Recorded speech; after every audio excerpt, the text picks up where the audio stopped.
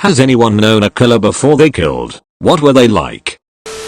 A few years ago I hired a father-son handyman team to help me get my house ready to put on the market. Among other things, my outside doorknobs were in bad shape, so they installed new ones. The dad seemed pretty nice, even did a little bit for free. On their third and last day at my house, he was pretty fired up about a big job they were starting the next day. 3 days later he killed his new clients because they were unhappy with his work. A neighbor saw what happened and ran into her house and hid. He kicked her door in and shot her too. I was terrified until he was caught. Good thing you decided not to call him about the scuffer left on the floor.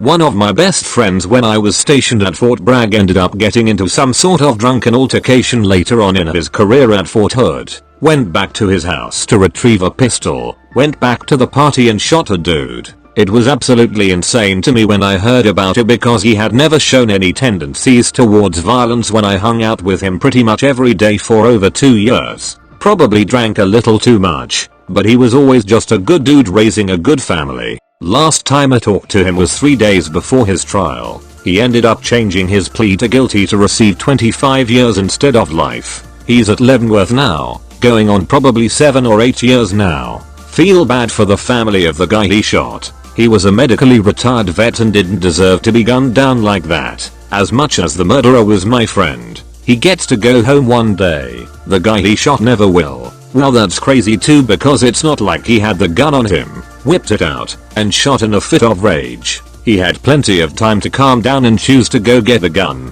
bring it back, and use it. I was school friends in high school with a guy who ended up murdering his ex-GF, and had 2 friends on the side of the highway. One survived. He drove them off the road and executed them before committing suicide. The guy was an active member in the Mormon church. He went to the activities, dances, camping trips, seminary, scouts, etc. But he was always a little bit rebellious. He was aggressive and very much tried to be the alpha. He was a very good football player and was very athletic. If he was your partner in gym class he would hit you, not full power, if you ever made a mistake. He used to talk about chasing cats down in his truck if he saw them on the road and would laugh about it later. He also was an avid hunter and enjoyed killing things, which isn't that uncommon in Alberta since everyone had a family member who lived on a farm and shot gophers pests at some point. We all thought that he was just aggressive because of hormones. Dude was jacked and had the voice of a 30-year-old at 17, but we never expected him to turn out the way he did. P.S. I never really met his parents, so I don't know if he had issues at home, but his sisters were a year or 2 older than me and they are lovely people. They were always kind and caring and would go out of their way to make sure nobody was left out. I know this story. The 2 male victims were from my hometown. 2011. Extremely tragic. He was an asshole. I'm not surprised he killed somebody. He killed a 65-year-old man in a revenge drive-by shooting. He shoot at the wrong house. The guy he intended to kill didn't even live in that neighborhood. Yikes, how do you fuck up that bad?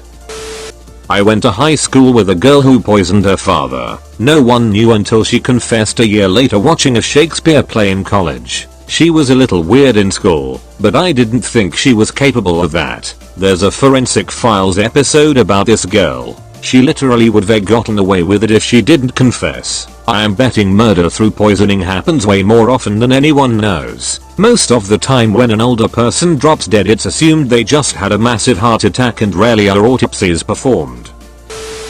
I used to live in a shared house with 3 other dudes. This one particular guy used to go to work every day, come home, go to the club for a few beers. I left the house. Several years later a young lass was stabbed to death not far from where I was working. Police came in the next day and asked if anyone recognized the photo. Lo and behold, it was a dude I used to live with. How was he as a roommate? Quite normal. I worked nights so didn't really see that much of him. But just an average Joe really. It would have been about 8 years after I left that he committed the crime. In the papers it was said he had mental health problems and he hears voices. The police asked if I would stand in court to say he never used to be like that. I wanted none of that.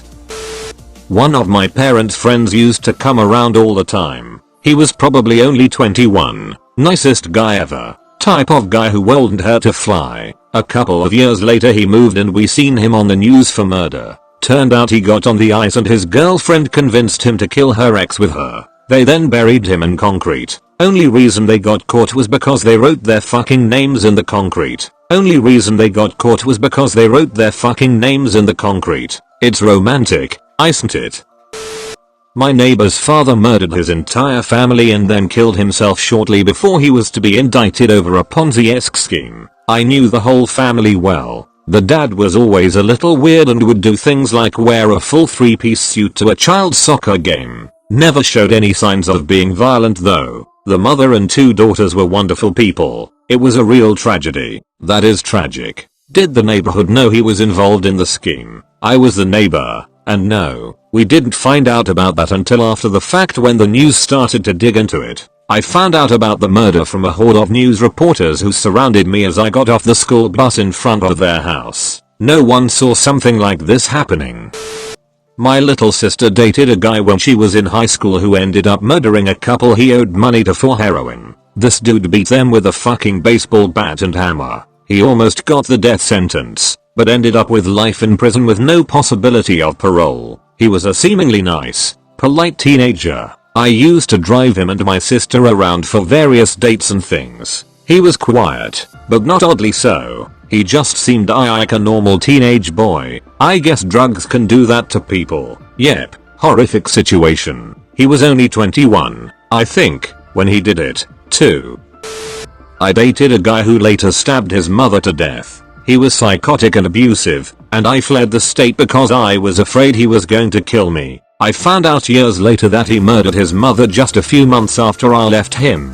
He's still in prison. It's been 20 years and I still have nightmares about him and I still feel a little sick talking about it. I'm so happy you're okay. That's awful. I'm so sorry to think of what you lived through. It's such an isolating experience. I wondered if you might have been left with PTSD, which is not uncommon following abuse and can last for decades. I still have mine, over 30 years on. My manager at work was a pretty chill, nerdy guy. He was really nice to talk to and a fun boss. Then he smothered his infant son and it kind of messed me up for a while. This was a guy that I almost considered a friend. Everyone at work was shocked and didn't know how to handle or feel about it. Of course, we talked about it when there weren't any customers around, but most of it was the expected I can't believe. Manager, did this talk? Was he married? Or was this his girlfriend's child? He wasn't married, but his kid was living with him. He never referred to the mother as his girlfriend or wife, so I think they just broke up and had the kid stay with. Manager, edit, ex-wife, sorry. Boy, a couple years my minor in high school. He was always the outcast in his classes. He dressed funny, talked funny, and said disturbing things that some recall as threats, mostly to the girls of the school. After graduation, he ended up butchering a homeless woman he was, I can't say living together or in a relationship with. I am not sure what their status was either way. Kitchen knife, drained her into the tub. In court he showed no remorse and was proud to have finally ended someone's life. His father was my professor in university. He took it very hard. I am genuinely curious about what you mean by dress funny and talked funny, and maybe an example or two of what disturbing type stuff heads say if you remember. Totally understand if you don't remember any of that. I'm just curious. He was seemingly a really nice dude. He worked in our college dining hall, always friendly, polite, kind to the students, and he made me smile or chuckle more than once. It turns out he stabbed a homeless woman over 24 times and was arrested for murder. I suppose some people can just snap or are really good at hiding true nature. Not sure which category he falls into. Hiding their psychopathic nature. People who murder the homeless tend to be psychopaths who fantasize about murder a lot. The idea is that it's easy to get away with killing the homeless, so it's good practice. I worked with a guy that murdered his GF. He was a cool dude. I sat with him a lot on my lunch breaks. We talked about football, school, life, etc. Pretty normal stuff. Never would think he was a killer. He was not an aggressive person at all. I also knew a guy who killed his GF. He was a pretty cool guy and a well-respected bodybuilder. Until he did that, of course. One time he took too much testosterone and beat his GF to death after a disagreement over who should do the dishes or something. Goes to show you how irresponsible use of steroids and testosterone can ruin your life in more ways than you think. Yes, was hired at the same time as him. Walked right next to him for several years. He was one of those stoner guys always bragging about the parties he went to. He was a little obnoxious in a bro sort of way, so I always skipped hanging out with him after work. After I left that job a little while later, he killed his ex-girlfriend while her 5-year was in the apt watching TV, took the kid on a road trip to Texas, and smothered her on Christmas morning and left her in a suitcase on the side of the road. I think this is the most fucked up one I've read. My old neighbor's stepson. He was an overindulged rich boy type. He stabbed his mom, dad, and brother, then locked their dog in a crate and burned the house to the ground. I know it sounds bad, but the dog thing always bothered me most of all. Proper serial killer vibes from this guy. Was he really fucked up or some shit?